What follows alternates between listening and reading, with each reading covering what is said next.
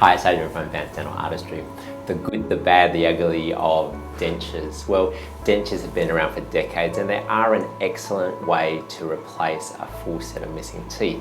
They're quite economical. They cost anywhere from a few $1,000s all the way to $6,000 to $8,000 depending on the type of the material and also the experience of the dentist, technician or prosthesist actually making them. There is a lot of difference between the types of acrylics and the brands of teeth that are actually used to actually make dentures. And also, of course, the experience of the person making the dentures for you will also determine the comfort of the dentures and also the appearance. The bad side of dentures is that once we remove teeth, the bone will always shrink. And you can see in this x-ray here how a patient that has all of their teeth has all of the bone, of course, because the roots of the teeth are actually anchored into the bone. Once the teeth are actually lost, you can see in this second x-ray of a patient who's well into their 60s, you can see how the bone has actually shrunk away. The rate of shrinkage of the bone varies from person to person, and you can actually see in this x-ray of a 44-year-old patient of how little bone is actually left.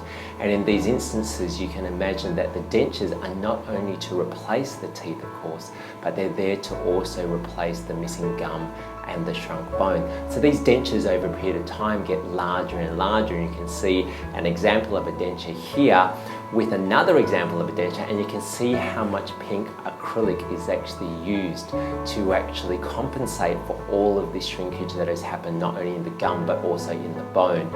Naturally, as these dentures get larger, they become more difficult to actually live with. And this is the ugly side of dentures, is unfortunately bone shrinkage takes many years, sometimes decades, and unfortunately patients then start getting older and they can't tolerate these large dentures. They move around a lot, they rub a lot, they get a lot of problems from dentures over a period of time. The main thing with dentures is they need to be made very well so that they're comfortable and they cause a lot more comfort and less problems to the patient.